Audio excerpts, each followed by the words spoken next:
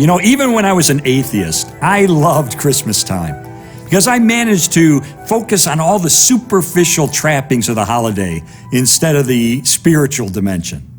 What's not to like about Christmas? You got gift giving, you've got holiday parties, you get cards from relatives and friends.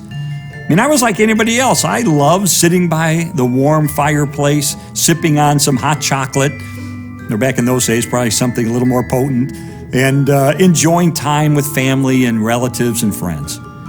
I think lots of people like me just enjoy the sentimental side of the season.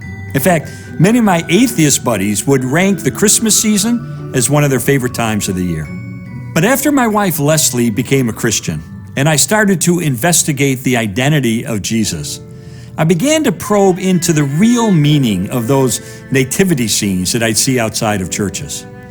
I wanted to separate the holiday from the holy day, the facts from the fantasy, the truth from the tradition, and get down to the historic bedrock of what Christmas is all about. What I found thoroughly fascinated me. I expected to discover that Christmas is built on flimsy legends that developed in the many decades after Jesus lived. I thought the virgin birth would be exposed as some sort of fanciful idea that was plagiarized from earlier mythology. I didn't anticipate that the opposite would happen, that a thorough investigation of the ancient history would validate the Christmas narrative, because it's based on reliable sources that are too immediate to be written off as being mere legend or make-believe. So I'd like to share some of what I learned with you. I'm so glad that you're joining me for this 4-week experience as we set aside Santa Claus and Christmas trees and delve instead into the question of what we can really know with confidence about the birth of Jesus of Nazareth. It's a journey that I'm convinced will stimulate your mind, it'll warm your heart, it'll satisfy your soul, and forever, I believe it will change the way that you celebrate Christmas. It is, after all, the greatest story of history. And as you know, the greatest stories of history are the ones that turn out to be true.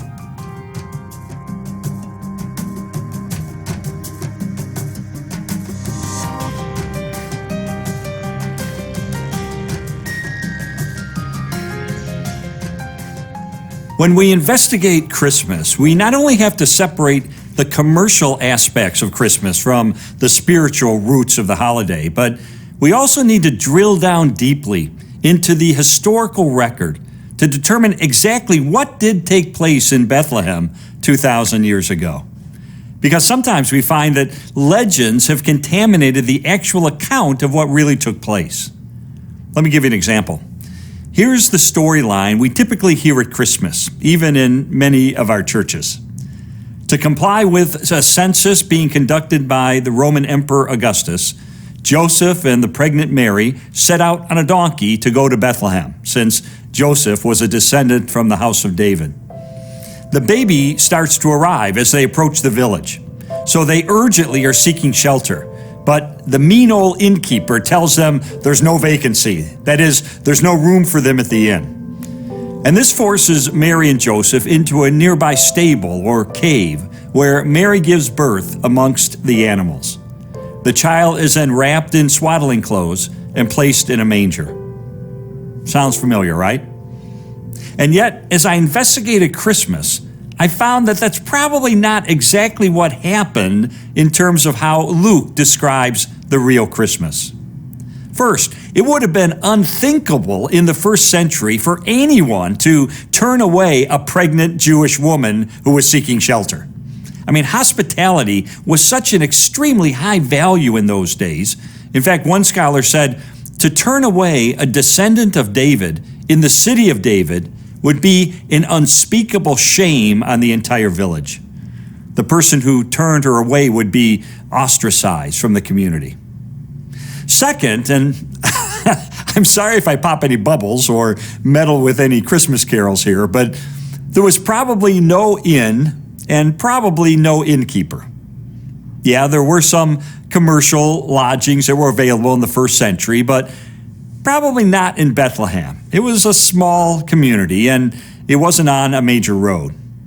Besides, many scholars doubt whether Luke is talking about a hotel at all. You see, the Greek word that many Bibles translate as inn is katalima.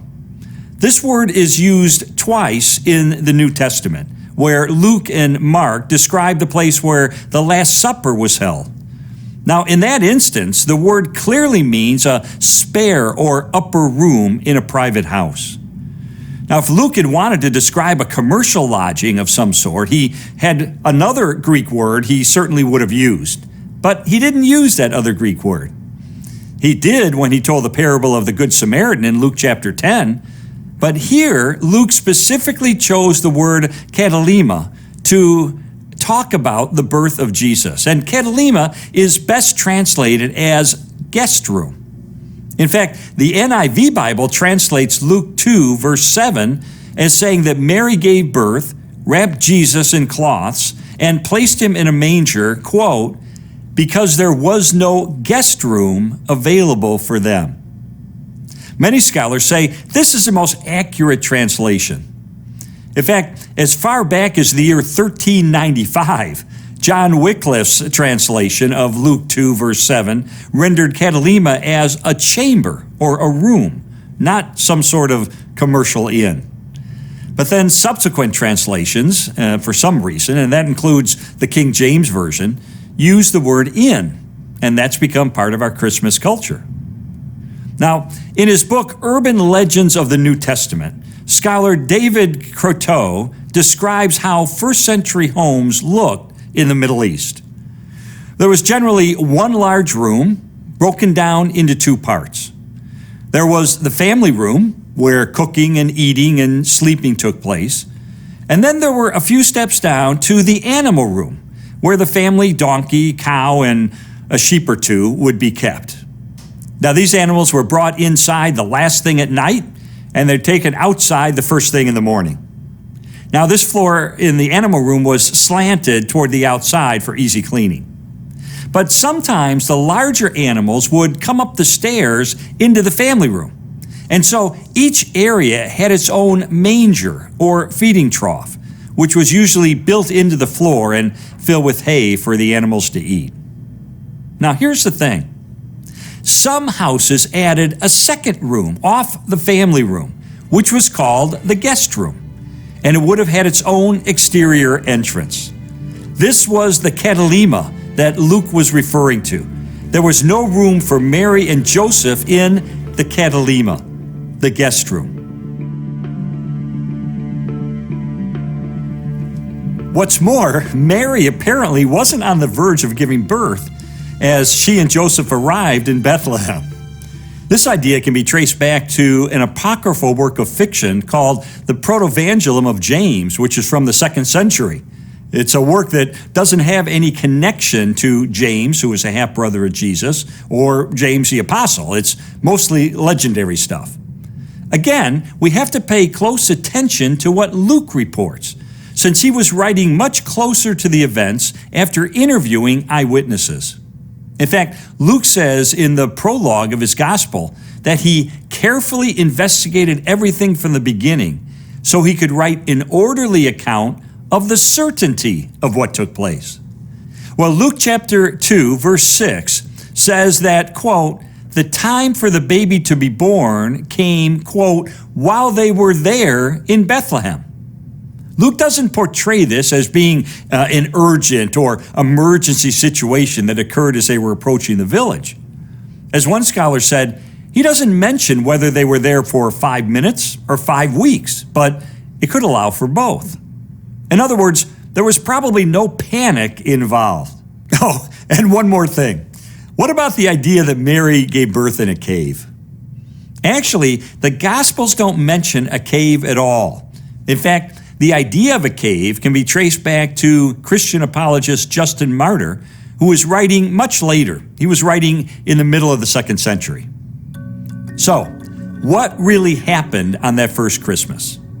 Well, Joseph and the pregnant Mary arrived in Bethlehem to register for the census.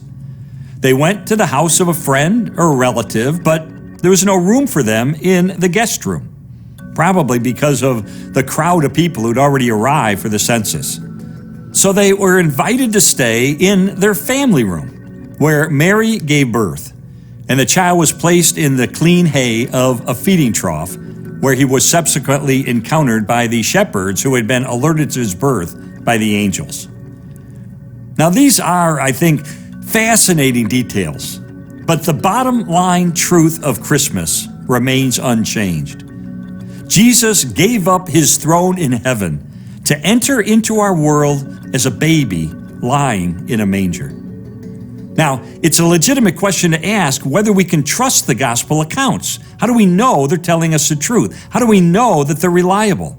Can we be sure that they're trustworthy when they describe the birth, the teachings, the death, and ultimately the resurrection of Jesus?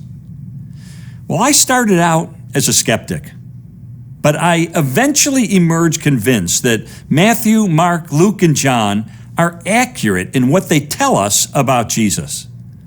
After all, each of these fall within the historical genre of ancient biographies, which were intended, to one degree or another, to report what actually took place in the life of a notable person. And as I've demonstrated in my books, these Gospels bear the earmarks of accuracy. First, they were written a lot closer to the events they describe than some of the critics claim. How do we know? Well, let's consider the Gospel of Luke, which has the most details about the birth of Jesus. Luke was a physician and close companion of the Apostle Paul. Scholars agree that he wrote the book of Acts, which describes the early spread of Christianity. But the book ends unfinished because its central figure, Paul, is under house arrest in Rome. Now, we don't find out from Acts what happens to Paul. And beyond that, Acts doesn't describe several other major events that happened in the AD 60s, like the martyrdom of Peter and James, and the Roman-Greco War, and the destruction of the temple in Jerusalem, which happened in AD 70. So Acts was apparently written before those events occurred, meaning that we can date it before about AD 62. Now, we know that Acts is the second of a two-part work written by Luke, the earlier one being the Gospel of Luke. So we can date the Gospel of Luke to around AD 60, or perhaps a little bit earlier. Now, keep in mind that Jesus was killed in AD 30 or 33. So we're talking about a very short time gap. And we know that one of Luke's sources was Mark. So his gospel is even earlier. Now, this dating is especially significant when you consider that one of the greatest historians who ever lived, A.N. Sherwin White of Oxford University, determined that in the ancient world, the passage of 2 generations of time was not even enough for legend to grow up and wipe out a solid core of historical truth. And yet, Luke's gospel was written within the same generation when Jesus lived.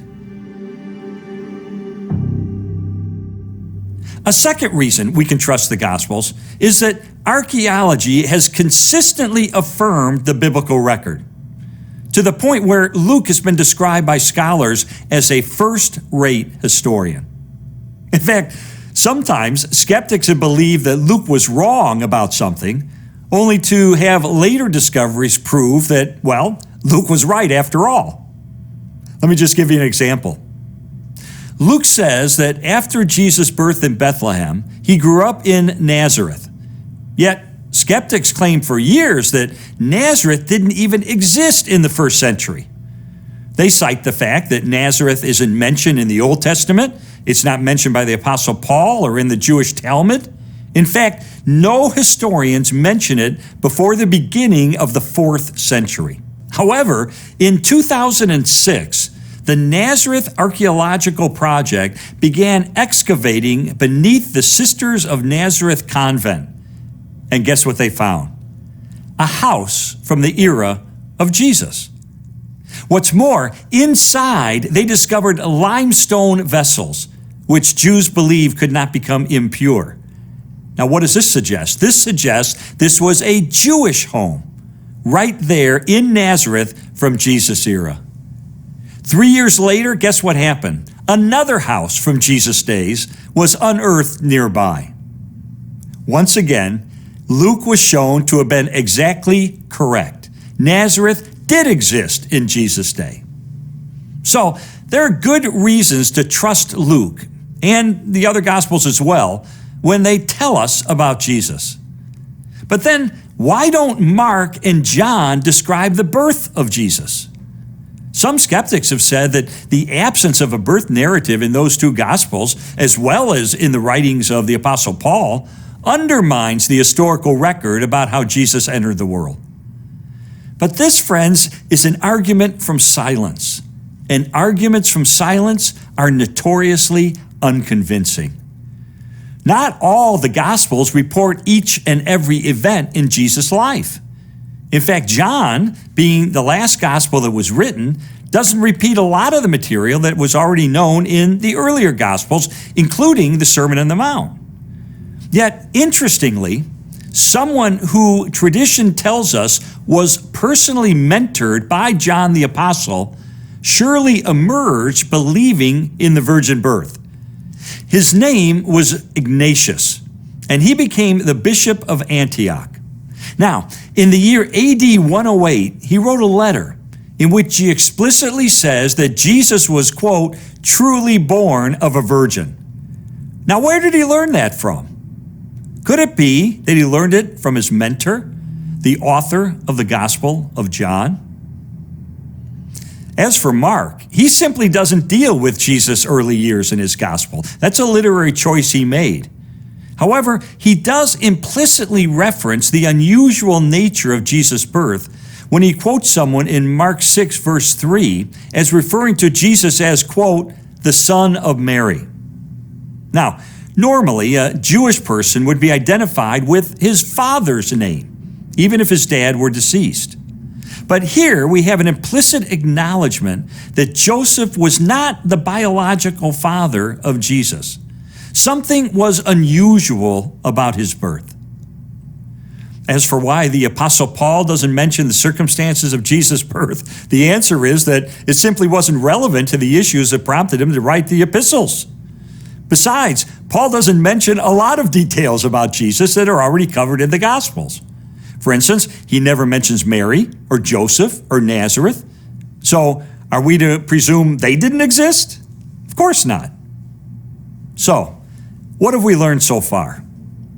That the historical record of the birth of Jesus needs to be taken seriously. The Gospels are our best source about what really took place 2,000 years ago when Jesus was born to a virgin named Mary. If it were all a fairy tale, akin to Santa Claus and elves, we could dismiss it as merely being, a childhood fantasy without any practical implications for our lives. But because it's true, Christmas cannot be ignored. In the end, the child in the manger deserves our allegiance, and he deserves our worship. I'm struck in the end by the humility displayed by Jesus in his birth. Here he is, the eternal God who created the entire universe. And as John 1 verse 14 says, the Word became flesh and made his dwelling among us. He entered into our world in the most primitive and unpretentious way. As Philippians 2:7 describes it, Christ Jesus made himself nothing by taking the very nature of a servant, being made in human likeness. And that should tell you and me that whatever our circumstances, no matter how modest, no matter how dire, no matter how difficult, Jesus offers to enter into our world and to bring his grace and his truth into our individual situation. As Christian author Philip Yancey put it, as I read the birth stories about Jesus, I cannot help but conclude that though the world may be tilted toward the rich and powerful, God is tilted toward the underdog. If you haven't invited Jesus into your life, or if you haven't turned over your worries or your problems to Him, then I hope that by the end of this study, that you will. Believe me, that would make this the best Christmas of all.